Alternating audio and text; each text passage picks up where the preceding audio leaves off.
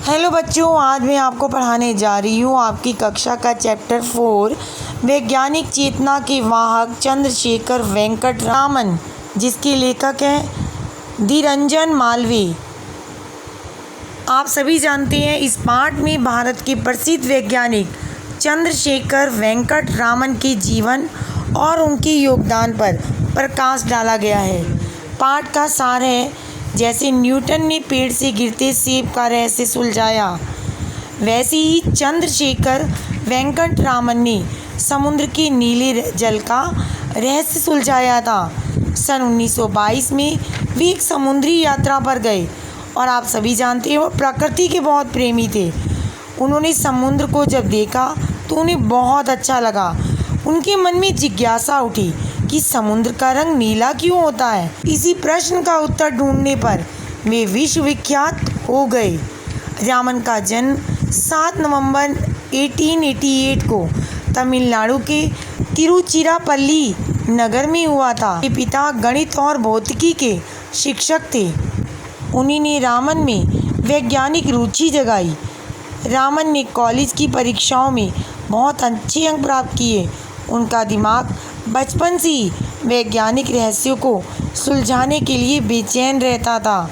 वे अपना सारा जीवन बच्चों शोध कार्य में लगाना चाहते थे, परंतु उन दिनों स्वतंत्र शोध को अपना करियर बनाने की कोई व्यवस्था नहीं थी। अतः वे एक सुयोग्य छात्र होने की भांति भारत सरकार के वित्त विभाग में अफसर बन गए।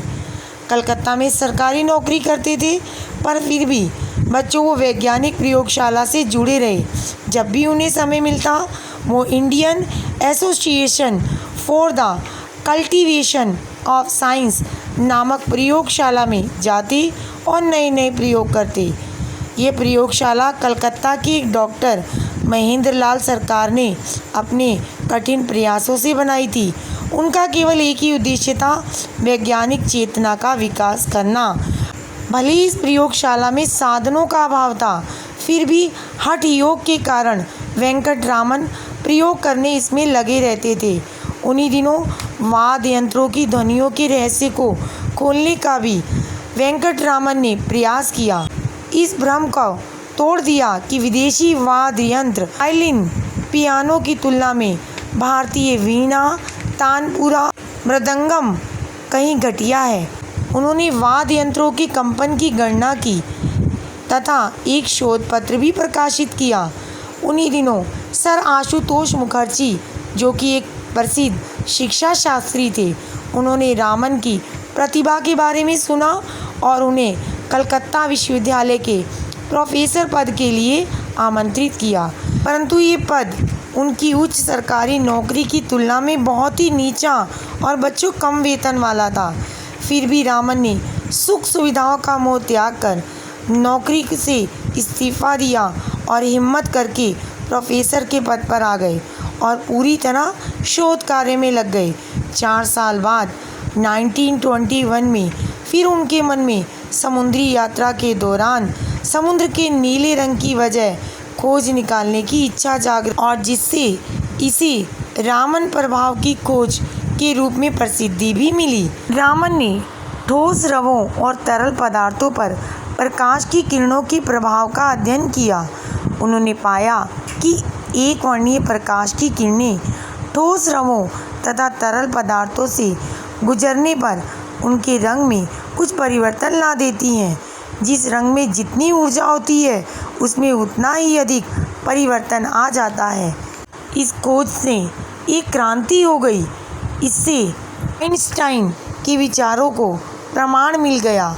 आइंस्टाइन ने प्रकाश को अति सूक्ष्म कणों की बुलेटनुमा प्रभाव धारा कहा था। रामन की खोज से इसका प्रमाण मिल गया। इसका शुभ प्रमाण ये हुआ कि अणुओं और परमाणुओं की आंतरिक संरचना का अध्ययन सरल और सटीक हो गया। इससे अनेक उपयोगी पदार्थों का निर्माण करना भी संभव हो गया।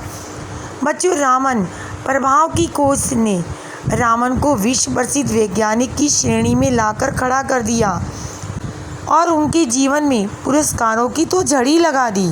उन्हें रॉयल सोसाइटी की सदस्यता से सम्मानित किया गया।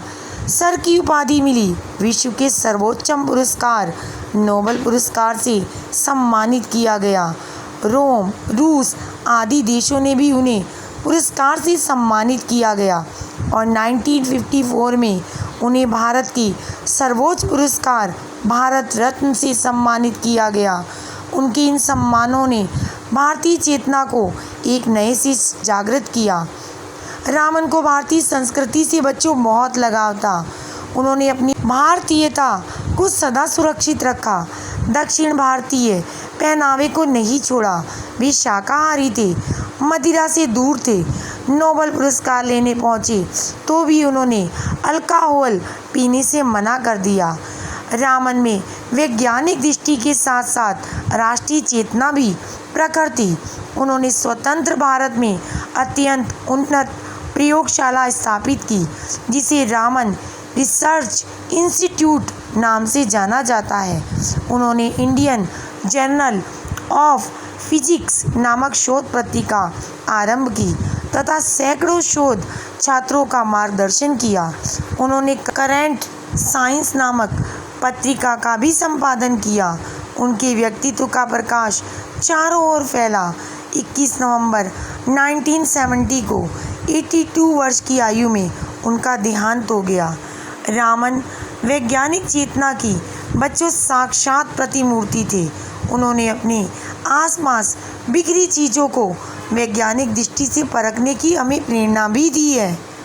बच्चों, इस पाठ से हमें ये सीख मिलती है कि हमें अपने लक्ष्य की ओर जितनी भी कठिनाइयाँ आईं उसे पार करते हुए आगे बढ़ते रहना चाहिए।